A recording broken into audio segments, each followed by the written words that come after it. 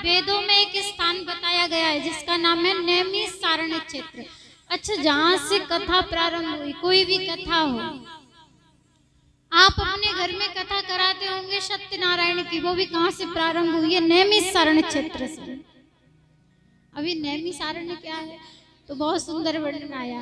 कहते हैं कि 88,000 संत जन थे, एक से एक बड़े ज्ञानी। उन ज्ञानियों ने विचार किया मन में कि हजारों वर्ष तक कहीं बैठ करके सत्संग की चर्चा की जाए, जहां पर कोई परेशान ना करे, ना किसी को दिक्कत हो। अब देखो, जगह चाहिए सत्संग करने के लिए, तो बोले ऐसी जगह कहाँ है जहां हमारे पास कोई आ ना सके? ऐसी जगह कहां पर है? उन्होंने कहा, इतनी पवित्र स्थान हम कहां बताएं? इस समस्त संसार को किसने बनाया है? रचयिता कौन है? 3 देवों में से भगवान नारायण तो भरण पोषण करते हैं, पालन करते हैं, और रचना कौन करता है? ब्रह्मदेव। तो ब्रह्मदेव ने बनाया, उनसे चल के पूछते हैं। तब उन्होंने कहा अच्छा ठीक है। तो सारे जितने भी संत महात्मा थे सब मिलकर के गए, ब्रह्मदेव के चरणों को प्रणाम किया। बाबा, आपने पूरी दुनिया बनाई है, आप विधाता हैं।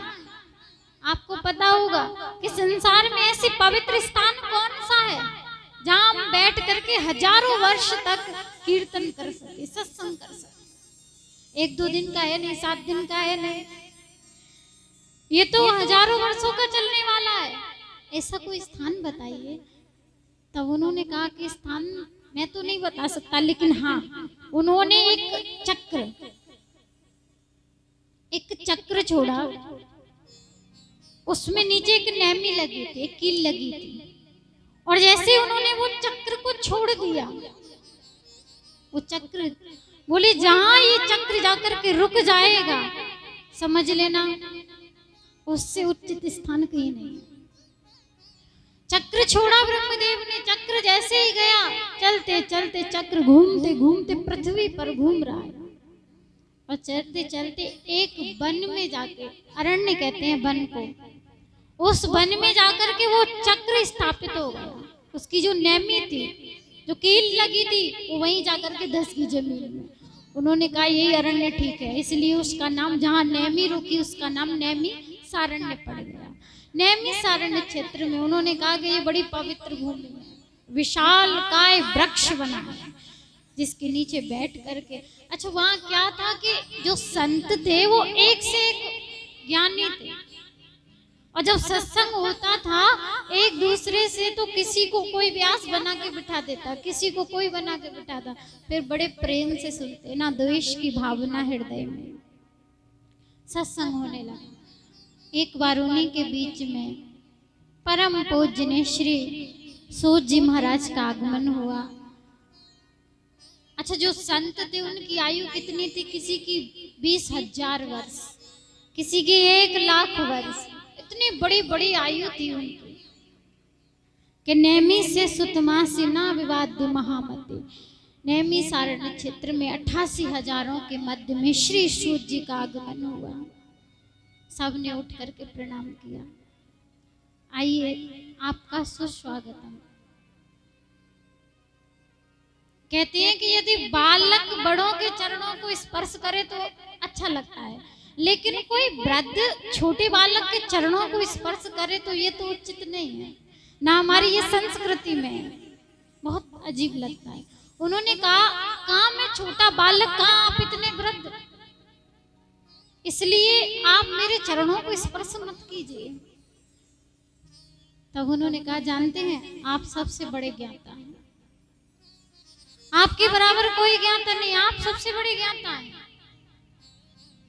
क्योंकि आप तो, आपके जो गुरुदेव हैं, वो गुरुदेव कोई छोटे मोटे नहीं, स्वयं व्यास जी महाराज हैं, इसलिए आप पुराणों के ज्ञाता हैं। आप बैठिए इस व्यास गद्दी पर और हमें कुछ सुनाइए, क्योंकि बड़ा कोई नहीं होता, और इस संसार में सभी बड़े हैं। कोई अहंकार करे कि हम बड़े हैं, बड़ा कोई नहीं है। कहते हैं कि कोई धन में बड़ा होता है, कोई बल में बड़ा होता है, कोई आयु में बड़ा होता है, तो किसी का नाम बड़ा होता है। बड़े सब हैं यहाँ, कोई छोटा नहीं। आप देख लेना, कोई उम्र में बड़ा होगा और कोई बड़ा धनवान व्यक्ति होगा, कोई बलवान होगा। बड़े सब हैं, छोटा कोई नहीं है संसार में। सोचना कि हम छोटे हैं, छोटा कोई नहीं, सब बड़े हैं अपनी अपनी जगह। कि धन वृद्धा बल वृद्धा आयुर्वृद्धा तथैव च ते सर्वेऽपि ज्ञान वृद्धा किंकरा शिष्य किंकरा। कोई धन में बड़ा होता है, धन वृद्धा बल वृद्धा आयुर्वृद्धा तथैव च, और ते सर्वेऽपि ज्ञान वृद्धा किंकरा शिष्य किंकरा। सब बड़े हैं अपनी अपनी जगह।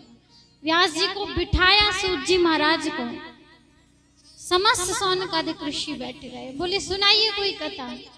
आप तो वेदों के ज्ञाता हैं, अज्ञान ध्यान विध्वंस कोटि सूर्य सम प्रभा, और सूत्या क्या ही कथा सारम मम कर्ण रसायन।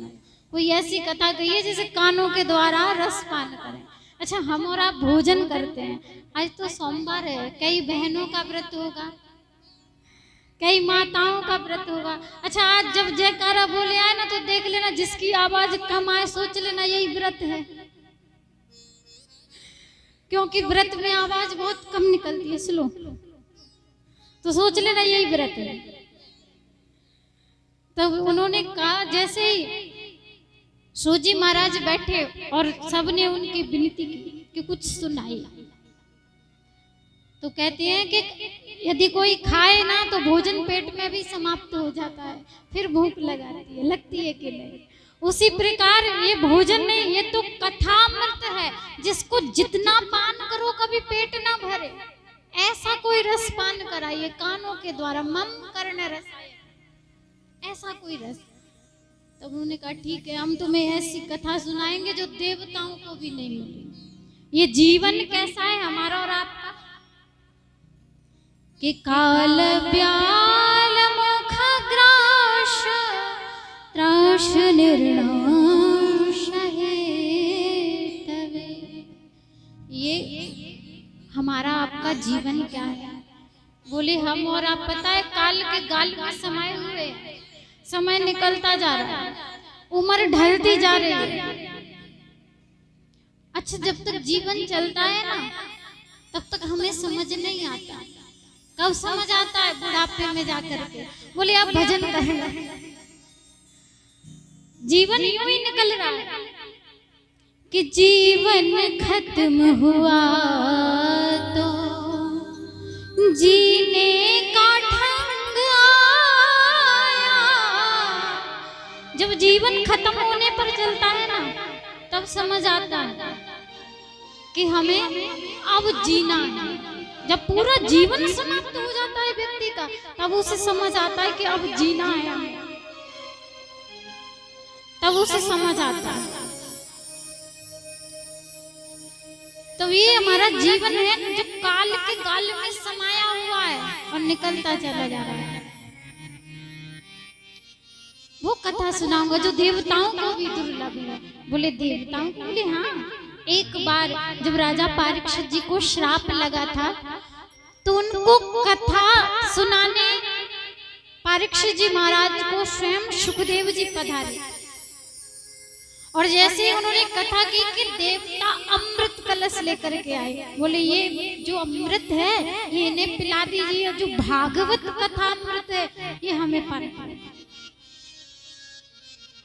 अच्छा, एक बात आपसे पूछे, आप किसी को सोने की अंगूठी, आपके पास सोने की अंगूठी है और कोई आपको लोहे का छल्ला दे और कहे ये अंगूठी हमें दे दो, क्या आप दे दोगे? नहीं दे सकते। कोई सोने की अंगूठी लोहे के छल्ले की तुलना कर सकती है? नहीं कर सकती। उन्होंने कहा कहाँ तो ये मणि है, अमूल्य मणि जिसका कोई मूल्य ही नहीं, और कहा ये कांच का टुकड़ा है, आप इससे देखे सौदा कर रहे हैं। अच्छा, भक्ति में कभी सौदा नहीं होता। जहाँ सत्संग हो वहां कभी सौदा नहीं होता। कई कई बड़े मंदिरों पे हमने एक बहुत छोटी सी बहुत सुंदर लाइन पढ़ी थी कि एक मंदिर पे बहुत लाइन लगी थी भक्तों की, तो उस पुजारी ने कहा कि 5,000 रुपए दो और पर्सनल दर्शन कराएंगे। तो एक भक्त ने कहा सुनो महाराज, हम आपको 10,000 दे रहे हैं, ठाकुर जी से कहो कि वो बाहर आ जाए दर्शन देने के लिए। बोले दिमाग कहाँ है? बोले आपका जहाँ है वही हमारा है, हमने तो डबल दिया है आपको, कहो बिहारी जी से कि बाहर आ जाए। तो भक्ति में कभी सौदा नहीं होता। जैसे ही उन्होंने कहा कि देवताओं को भी दुर्लभ है, मैं वो कथा श्रवण कराऊंगा, तो देवताओं को भी नहीं मिली। उसके बाद पश्चात जब लौट करके आई, वो कथा उन्होंने बड़ी सुंदर कथा रस का पान कराया। कहते हैं कि इस कथा को श्रवण करना तो स्वयं नारद जी भी नहीं जानते थे, पर एक बार नारद जी का मन हुआ कि पृथ्वी पर जाएं और पृथ्वी पर आए। चारों ओर गए, हरिद्वार, श्वेतवन, रामेश्वर, बद्रीनाथ, केदारनाथ, अमरनाथ, पर मन को शांति नहीं मिली। कहते हैं जिस व्यक्ति के जीवन में शांति ना हो उसे कभी शांति नहीं मिल सकती। अच्छा, शांति कहीं नहीं है, यहाँ तो भगवान के चरणों में है या व्यक्ति के हृदय में। यदि मन में शांति नहीं है ना, तो आप पूरी दुनिया में घूम लीजिए, कहीं आपको शांति नहीं मिलेगी। नारद जी आए शांति पाने के लिए इस मृत्यु लोक पर, चारों ओर घूमा, कहीं शांति नहीं मिली। श्रीधाम वृंदावन पहुंचे, वहां जाकर के एक नारी को, एक स्त्री को रोते हुए यमुना महारानी के किनारे देखा। कौन है देवी, परिचय क्या है आपका?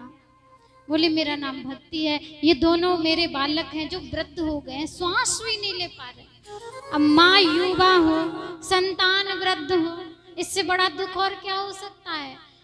रोने लगी भक्ति देवी। तो उन्होंने उनके दुख को दूर करने के लिए नाना प्रकार के पुराणों को सुनाया, मुहुर्मुहु यानी कि बार बार सुनाया, पर उनको समझ नहीं आया। और समझ आता भी, दुख दूर भी होता, लेकिन जैसे ही समापन होता कि फिर से वृद्ध हो जाते।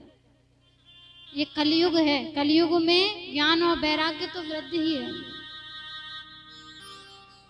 तो उन्होंने कहा मैं क्या करूं, दौड़ लगाई, श्री बद्रीनाथ धाम पहुंचे और वहां जाकर के उनकी भेंट हुई।